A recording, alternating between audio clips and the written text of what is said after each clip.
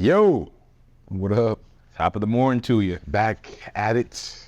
Another day, another dollar. Amen to that. That's another conversation. How y'all feeling?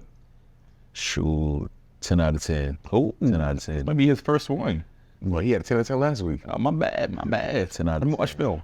Looking forward to Thanksgiving break. Hey, praise God. Okay. Gotta lock in, put up brown numbers for the rest of the semester though. He's finishing out strong, 2016, bro. Brian. 2018, bro. All post fadeaways. I can't take no losses though, so I'm gonna be 2012, bro. 2013, bro. No, that's real. Let's see where I'm at. No, I'm at an 8. The only reason why I'm at a 10, bro, Dang. I took a fat L on this stat exam, and I'm sick, bro.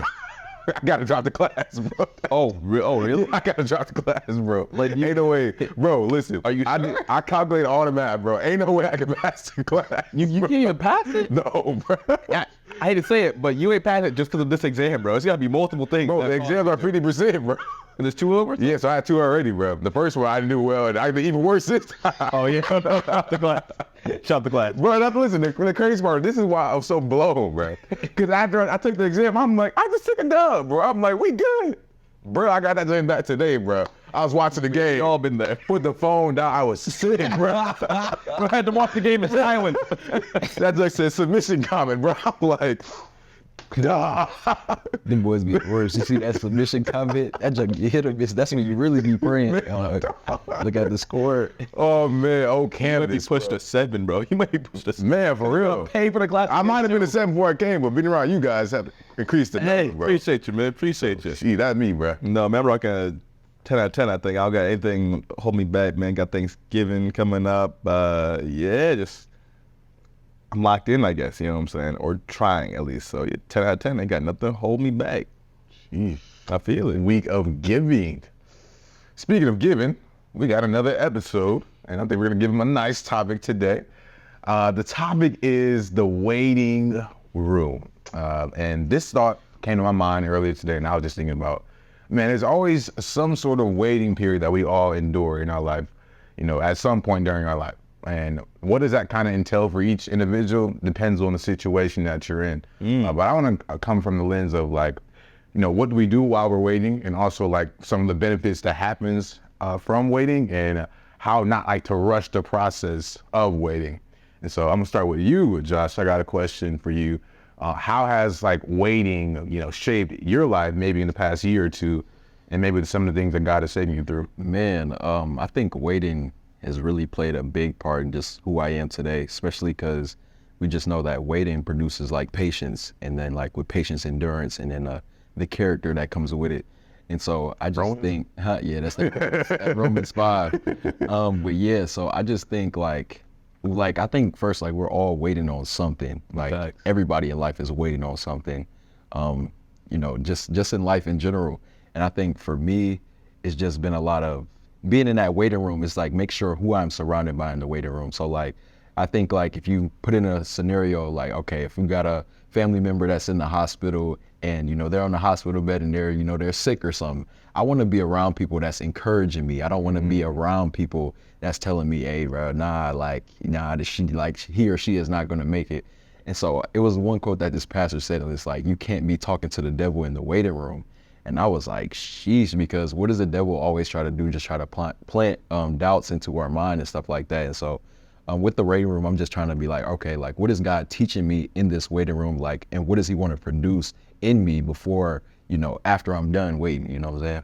Ooh, you know, I think in this waiting room that the imagery, especially like at like a doctor's office, you know, you talked about people inside the waiting room, and sometimes when you go to the doctor's office, there's people in that waiting room. Sometimes you got, you know, noisy little kids running around as the parents are filling out the paperwork, and then you have other people that are just waiting to get checked into the doctor's office.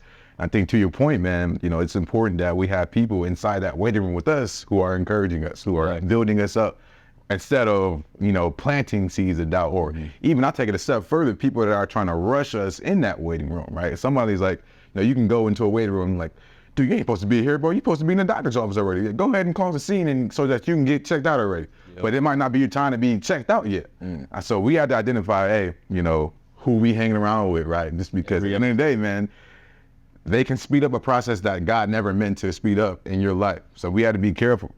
And I think with that speeding up too is like, if people are egging us on to go speed up that process, like we end up falling into like counterfeits, bro, which like usually leaves you more unfulfilled than you were in the beginning while you're in the weight room. So that's how I'd say about that, bro, for sure. I was thinking of a hallway, you know what I'm saying? Okay. So as the door shuts, well, you get out, you're up in the hallway, and you're kind of looking for a different door. But if you only stay right outside the door that just shut, well, what happens if a door opens that's a couple feet down?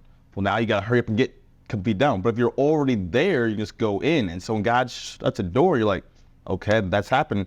Take steps as you're kind of in this processing period. Mm-hmm. And then as that next door opens, boom, you're right there for it. You know what I'm saying? So that's what I was kind of just thinking, because I think as we're in this period where this door is shut, the next one's not open, I think that's where we actually can become I don't know the word for it, but become a better version of ourselves, a sculpted version, you know what I'm saying? Because then all the things that aren't important kind of fall off and break apart, and then you're there, boom, having the finished product.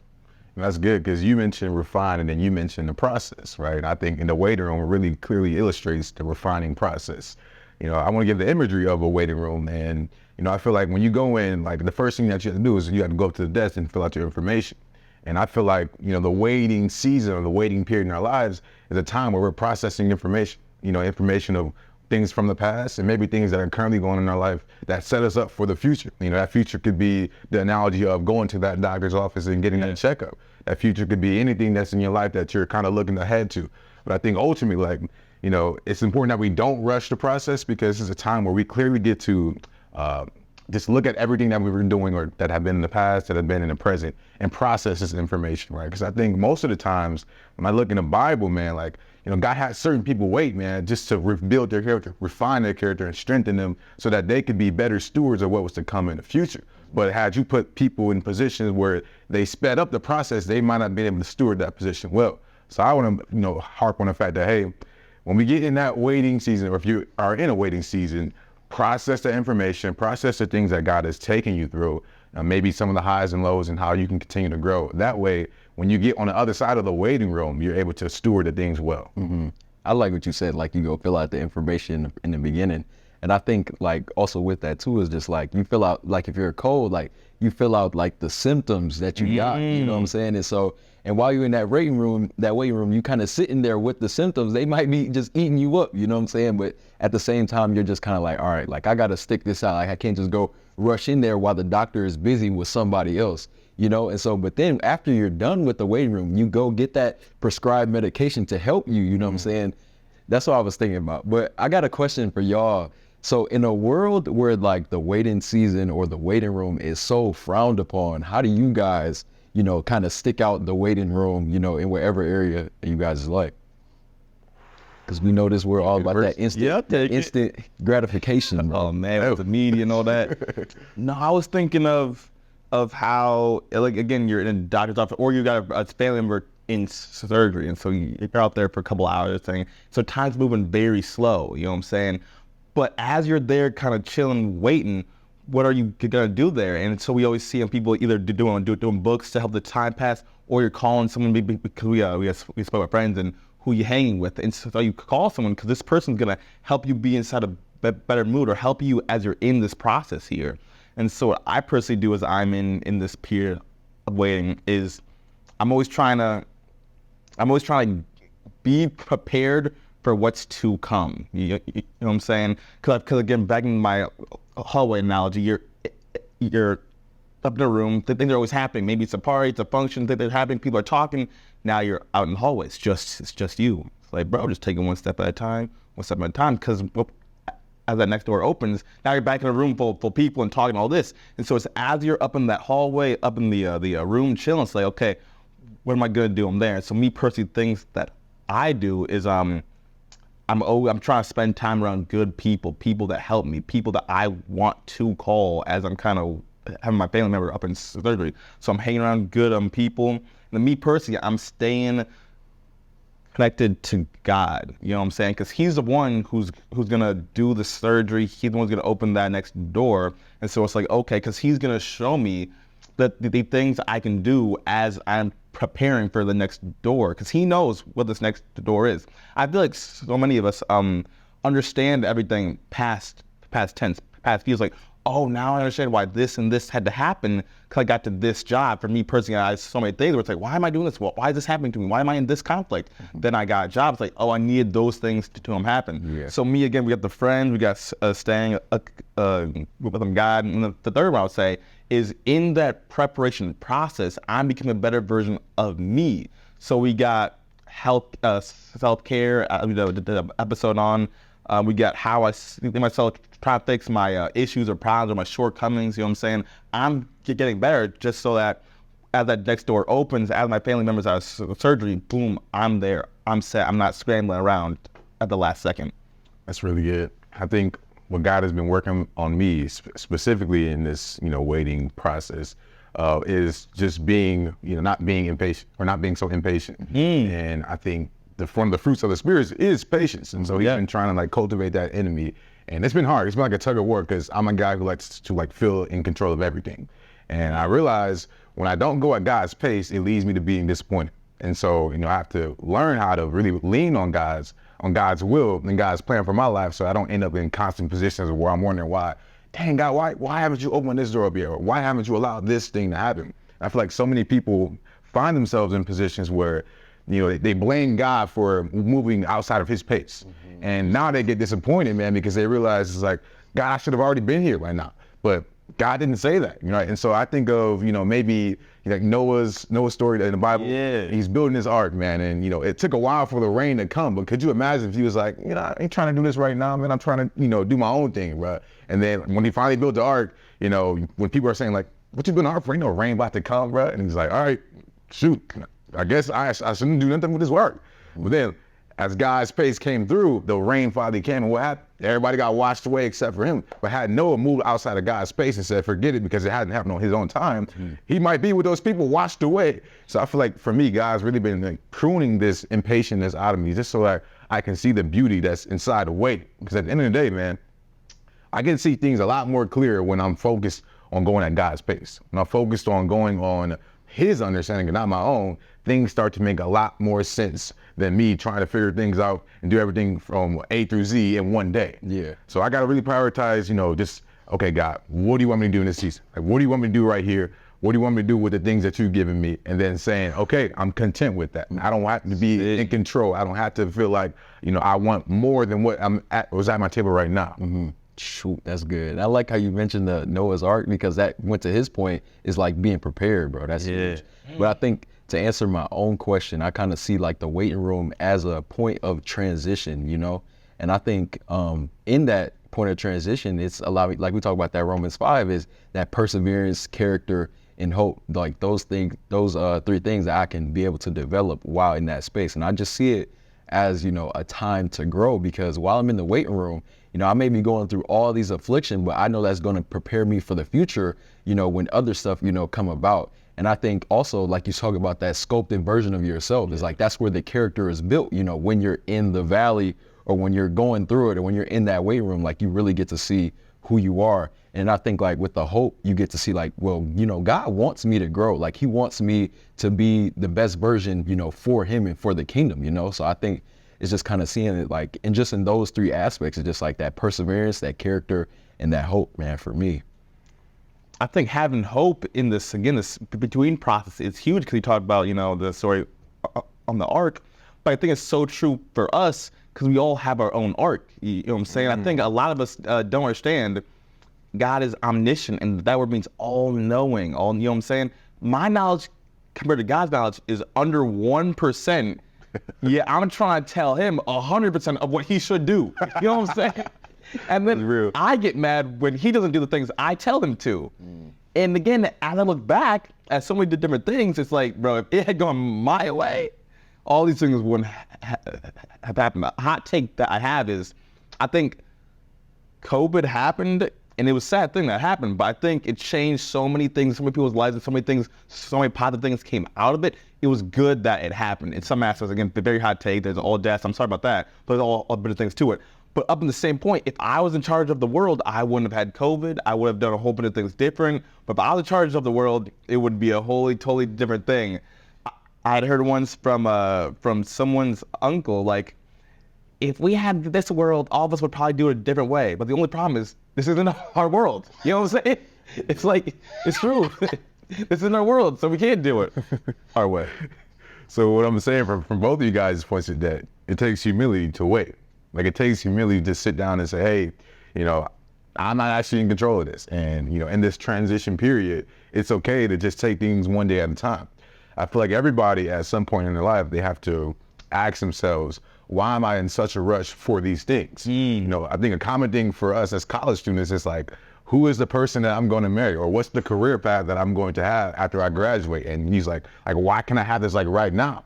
But we end up in positions where we're rushing, and then we end up in positions where we're disappointed because it's not what God wants for us in that moment. I think the beauty of college is that it's such a beautiful transition period. So you think for going from a freshman to when you end up graduating, it's like 4 to 5 years or whatever the amount of time you take to graduate, but you're growing from a person that's coming out of high school to somebody who's about to be an adult stepping to the next journey and phase of their life. But if you poorly steward that time, it can come back to bite you at the rear end. But we have to understand, like, hey, listen, how can I steward these things well, right? Yeah. And how do I patiently wait for God at each step of the way so that I don't miss what he's trying to do in my life? I love what you said, bro. Just like, how does people like press on like those questions on you? Like, you know, just things like marriage, and then talking about like, oh, what you doing after college, bro? And I know every time we go to the cookout, dog, everybody like, yo, what you doing with your life? You got a girlfriend? You got a girlfriend? Ask me about God. Please, bro. But a lot of old people won't ask me about God. Just saying, though. But like, dog, it's crazy because, and that's the people that you kind of don't want around you when you're in that waiting room, because these people are, and it don't matter like who these people are. If they're asking you the wrong, if they're telling you the wrong things and asking you the wrong questions in the waiting room, that's trying to push you to like do things, you know, just out of spite, you know what I'm saying? Bro, those not the people you want around you, bro. And I just like, it just adds more pressure to you, and you kind of add a lot of thoughts. Cause I remember just like when I go to maybe some of the cookouts, people are just like, man, what you doing after college? And I'm just like, bro, like sometimes I don't even know, but like it just allows you to just keep thinking, you're like, am I really on the right path, or am I really doing this? And then like somebody asks you, hey bro, like you got a girl you messing with, or you got a girlfriend or whatever, and you just kind of like, dang, should I have one, bro? Like, should I have one? I'm messing with God. And I'm just not with God. And I'm just saying, bro, if she ain't a wog, I don't want her. You knew he was gonna get to that. You knew he was gonna get to that. A lot of people, hey, I know this one girl up the street. How she cool? Nah, bro, if she ain't a wog, I don't want her. You fool. She gave me an NPC out here, bro. I was just thinking here, because as you're inside doctor's office, what are those people called? They're called patients, right? Why do you think they call patients? Why do you think they call patients? Bring up the good. Yo. Hey, 10, bro. 10. Hallelujah. Why do you think they call patients? Because their job is to patiently wait until the process is done. But a patient cannot overdo it, cannot have the process rushed. You know what I'm saying? Because they process toss out the whole process. So they have to wait until the doctor says they are okay, or comes and gives them their diagnosis. Because if you leave and don't ever get the diagnosis, how are you gonna get healthy? You gotta wait. Hey, nah, get the diagnosis to fix the problem. Nah. That's why you call it a patient, bro. Someone cooked here. Someone cooked here. Nah, Just keep in mind, let bro. him cook. Why you think it's called a patient? Just a bit. That is, makes me think of, I can I pray for you?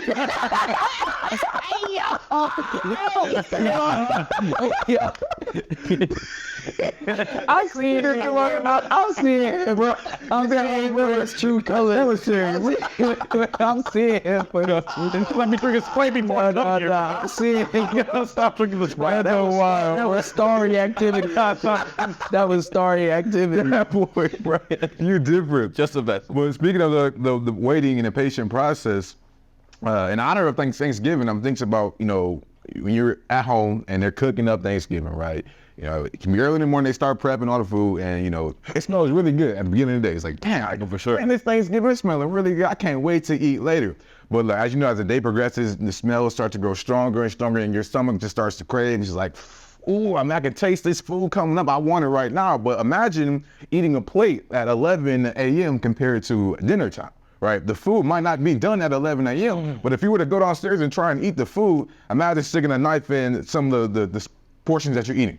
Oh, now it's like goo and stuff spilling out because it's not fully done. And I feel like in the process of when we're waiting, it's like we can't go ahead further than God because sometimes we're not done. We're not done being refined. You think about a diamond. It has to go through the process where it's melted down first, and then it has to cool off. Not just like, well, it goes through the pressure, but it has to cool off before it becomes what it's actually meant to be, a shining diamond. Just like us, we got to go through the process of where we're being refined, where we're going through the fire, we're going through that furnace, and then after that, we got to cool off, bro. We got to cool off, and then we can be what God wants us to be in that specific season. But if I'm trying to be a diamond before I go to the fire, I'll never be what I was meant to be, or I'll never be what I was meant to be by rushing it. So. I think like with that too is just like we in a world to where everybody, you know, wants like values microwavable foods, but they want the grandma's cooking taste out of it. And like it's not gonna happen. It's not gonna happen, bro. Because a lot of people want that, oh, let me put it in the microwave real quick. Or this should be fire. Like, you know, I just got it, man. This should be fire. Like that quick satisfaction. But you gotta understand, like, these microwavable foods, like a TV dinner, bro, is about this big to where you got grandma's cooking. Maybe she put some macaroni and cheese, maybe some yams or whatever. That pan about this big, you know what I'm saying? And it tastes a lot better. But even though it's this big and tastes a lot better, it takes more patience. You know, it takes a lot longer for it to cook. You know what I'm saying? So as far as like, okay, you got these microwavable foods that you can put in for what, 30 seconds, and then you still having it. Why is it still cold? Why is it still bitter? This don't even taste good, you know? So it's just like, dog, like we need to be like, in that waiting season, we need to really like, all right, cool, like I need to wait for this food so I can get the full return on my investment, you know what I'm saying? But a lot of people make these quick and short investments thinking they're gonna get long-term benefits out of it. Why? I got a question. Go ahead. Why do you guys think that is? Because I'm a person who's also impatient. Why do you guys feel like, you know, we rush the process so much because we want the microwavable or instant gratification in that moment? I think we rush the process because we don't want the final product. We just want what it gives us. So many people don't want God. They just want what God can give them. They don't want the creator. They just want the creation. You know what I'm saying? I had a sermon back in like 6th grade. You know, he showed us a phone. It's like, what is something that all of us could want to take off of a phone? And then back in 6th grade, bro, to call people. I don't want to call. I'm 6th grade. I'm in 7th grade, so I don't want to call it. I don't call anybody. But it's like that's actually crazy because what is the main point of an iPhone? It's actually call people. But the first thing people want to take off of it is to calling people. Yeah. So they don't actually want what it's meant for, that they just want what it can give them, the picture, the social media, you know what I'm saying? And so I think a lot of people rush the process because they don't want the product. They just, again, want what it can give them back, you know what I'm saying? You restate your question for me? Why do you think it's hard for people to be patient and say, like, you know, they rush that process? Why is it hard? Shoot, bro, I think it kind of just boils down to just like social media. And I think just with the advancement of technology, you can just see things so quick, like boom, boom, boom, you know what I'm saying? And so when people think they can have that a supercomputer in they pocket, bro, and take it out and see whatever they want in the snap of seconds, that's kind of like, then you go and you expect that out of people. You expect that out of people, places in real life where you're just like, man, like people see things on Instagram and they're like, dang, I'm seeing this right now. But then they go to a food or a restaurant and they're like, yo, what's taking them so long? You've been here for 5 minutes, bro. Pipe down, you know what I'm saying?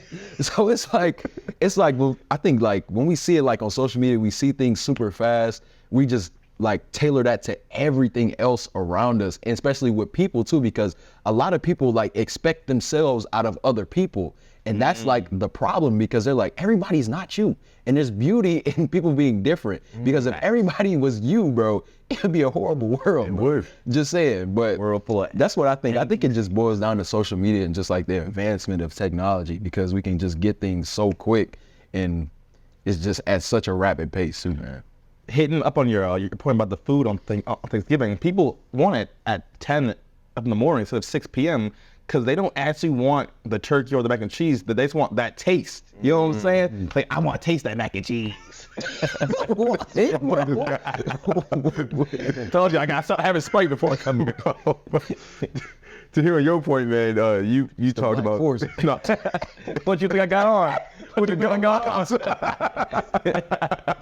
Anyway, to hear your point, you mentioned social media, and I think social media, it just it produces comparison naturally. I mean, you see so many different people, doing different things, and you compare yourselves like, oh, like the reason why I want to rush this process because I seen somebody who was at my age and they have the things that I think I want. Yeah. And the beauty about the doctor's office is that when you finally, fill out your information and they come in and get you from the waiting room, they take you to the room, and what do? They shut the door so that you can hear other people's conversations and so that you can just focus on yourself. When you're in that doctor's office, man, it's strictly about you and the doctor and what they're trying to check you for, right? They're going through your symptoms, not Micah's symptoms, not Joshua's symptoms and what they're doing in their lives or what's going on in their life and what they may be sick with, but what you're sick with. And I feel like for us, man, we can't, focus on what we see on social media or focus what we hear or smell or see in different environments, but focus on what God has us doing in our specific waiting season. Because my waiting season might not be as long as your waiting season. Your waiting season might not be as long as his waiting season. But it doesn't matter, man. Like, it's perfect for us. God has uniquely have a plan for each and every single one of our lives. But if we're trying to compare our plan to your plan and your plan, we'll never be at the pace that God wants us to be. If I'm trying to run at your race, I'll never fill out the story that God wants for my life. So I think it's important not to compare ourselves and compare our seasons of waiting, because essentially we're all going at different races. We're all in different lanes, hopefully heading in the same direction, but everybody has a different story. And I think with that comparison, like, that opens up the door for the devil to come in and plant those doubts, bro. Because when you see this person, oh, now they're taken care of. Okay, well, it should be me next. It should be like, when am I going to be taken care of? And that's when you're just like, and then you get discouraged, and then you're like, dang, bro, like, it's taking me a lot longer, than it should be. Or how about God is just cooking up maybe something that's bigger and better for you, bro? You never know. Like, the bigger and better things take long for it to cook compared to those microwavable foods. These small things, bro, it takes 30 seconds to do. So that's real, bro. He's the one who taught me it's your own race at your own pace. You know what I'm saying? When he taught me that, I've been on that since. But I feel like we see these things on the media and we want them, again, we're all scared because we don't have them. But also a lot of times, like, I don't actually want that. I just want that because I keep seeing that. I see this summer, I saw so many people getting engaged, bro. I was thinking, man, I want to get engaged. I don't want to get engaged, bro. But because, but because I saw so many people getting engaged, it started, I should get engaged. I should get engaged. I should look for a girlfriend. I should look for a girlfriend. It's like, again, it's your own race at your own pace, bro. It just makes me think about like the idea, right? People don't actually want the thing, they just like the idea of a certain thing. I feel like for me in my process of, when I'm feeling lonely or anxious and I feel like, oh, maybe I do need to reach out to somebody. Maybe I do need to, consider getting in a relationship. It's like, I don't actually want the relationship. And I think God has shown me in this waiting season that it's okay to just wait on him. And like, the outcome doesn't have to be I'm waiting so I can get in a relationship, or I'm waiting so I can get married, or I'm waiting so I can get a career path. Like, I just want to wait because that's what God's telling me to do. I want to wait because God says he's going to help and prune me and build my character. Like, I want to wait for a specific thing. Like, I just want to see what God's going to do with me in this season. But I think so many times we fall into positions where, we're waiting and we're setting this time limit on this process of like, all right, God, I'm gonna give you a year. If I don't have my kingdom spouse in a year, bro, we gonna be in shambles, bro. Or God on the shot clock. That's crazy. Or God, like, shoot, God, I need some employer to reach out to me by the time I graduate, because as soon as I can graduate, I want to be working. It's like, who are you to say that what God should do in your life? To your point, you talking about we will 100% of the time say that what we should do or what God should do in our lives, but we don't have no authority. So I feel like, man, listen, it's okay to wait. And it's okay to see what God's gonna do in your life. And it's okay not to compare it to everybody else. Me personally, I'm not in a relationship because I can't handle a relationship right now. I'm not mature enough to be in a relationship right now. And I think that's perfectly fine. I think it's perfectly fine to say, hey, God, listen, yes, you have blessed this world with a bunch of beautiful women. And it's okay. Two things can be true. They can be beautiful and I cannot be ready for no relationship at the same time. But I feel like, again, people, hey, the more that they see like the engaged, the more that they see especially nowadays in the fall time, the people go out to the cider mills and stuff, bro, the couples pictures, bro. They start to crave things that was never intended for them in that specific season. we gotta wait. We gotta wait, and not just for that outcome of a relationship or a marriage or whatever, but just to wait to see what God can do with your character. Yeah, and I think like when you strong arm yourself into these things that you're not spiritually, you're spiritually premature. You're entering things spiritually premature, so that you don't even have the capacity to handle whatever you're in, bro. And essentially, not only are you pushing yourself into that situation, but you're also pushing yourself into a counterfeit situation to where it was never even prepared for you. But you just came in, you just wanted to settle, bro. But you ain't even prepared for the thing that you're settling for, you know? So you really got to be in the waiting room and really cultivate your character with God so he can really show you like, hey, this is what you need help with, you know what I'm saying? And these are the things that I need you to learn how to persevere with, because at the same time, if you struggle with like being lonely right now, you know what I'm saying? And then say in the future, your wife goes on a business trip or something, how you gonna handle that? You know what I'm saying? So it's important to like make sure you have that perseverance and that character in the waiting room now, so that when you get whatever you've been waiting for, that character is already developed in that situation. I think that's so key, because again, people see the people getting engaged and it's like, oh, I want to get engaged. They rush the process, get engaged to the wrong person, get married. Now they're opening the wrong door, going inside, getting burnt, getting hurt, and then they're mad at God because God sent them the wrong person. It's like we rush the process and then we're mad at the outcome. You know what I'm saying? I think and this is true for me too, but so many people are mad at God because they disobeyed God's commands, and then they're mad at Him because they went and rushed the process. It's like the actual problem here is that you didn't trust God in the first place, and that's why you're in this predicament. You know what I'm saying? Bro, and I think with that, like with the relationship aspect, I think no two humans should ever be your relationship goals. The only relationship goals that you should have is between Christ and the church, bro. That's it. That's it. Because at the same time, with those two humans that you see take these pictures, you know, in this whatever, this just for the aesthetic or whatever, you don't know what they're doing behind closed doors. You don't know, you know, what they had to go through spiritually, physically, emotionally, mentally to get in that relationship. So why would I want the battles that they went through when I don't even know? You just want it because of the picture, bro. The picture. And like you said, you don't even want the relationship. You just want the picture. You know what I'm saying? The aesthetic. Exactly. So many people are hurt because they weren't patient enough to wait to heal in that process after that relationship ended. I feel like a lot of times if you're in a relationship that's toxic and there's a toxic ending and it's a breakup, take the time to heal. Like if you don't, all you're gonna do is hurt people. Like imagine if I were to fall down and scrape my elbow, now it's bleeding, right? And I throw a Band-Aid on for like one day and I take it off. I go into a room full of people and it's still, you know, scabs left over, and now I'm bumping into people. Now you get infected, and what would I do? I just caused this whole infection to spread throughout the classroom because I refuse to heal. Same exact thing. Like, I mean, if I were to, you know, like, I hate to say this, but like COVID, right? If I had COVID and I went out into a crowd full of people, bro, and I know that I'm contagious, bro, why would I go out and do such a thing? And risking other people are harm. So I feel like, listen, if you are in any relationship or anything, wait to heal before you hop in the next one. Please do Come healed, bro, because I ain't do nothing to you, bro. I ain't do nothing to you. Come healed, dog. Please heal, bro, because broken people break people, man. Sprite behavior, my bad. Black Force energy. No, that's Sprite behavior.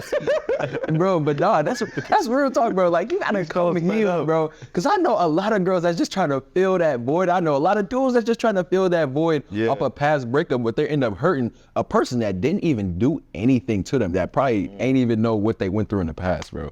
Crazy. You gotta heal, bro. Allow the scab to heal. And guess what? A scab lets you know that something's healing. But if you're constantly removing the scab off of it, man, it's never gonna heal.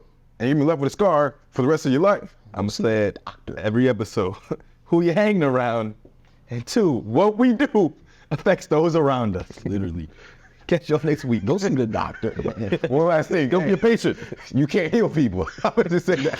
Yo, You can't heal people, bro, put on that cape, dog. You ain't God, bro. Okay. Not. Hey, this is one thing I'm saying you don't gotta wait on. You don't gotta wait for them to heal. You can't heal them, bro. NGs. You not God, bro. Catch y'all next week. I catch y'all next week, yo. These fellas need to heal. These fellas need to heal. You not God. Y'all hurt. No, I ain't hurt, bro. I just learned a lot. You know how we take that. I just learned a lot, you know what I mean? From pain. He healing though. Wait, I'm healing. You know what I'm saying? I gotta go through stuff in the weight room, but I'm taking the process right. You know For an injury report, man. I'm gonna list my symptoms down. Simple man. That's what you gotta do. We out to you. I'm a simple man, become healed. That's all I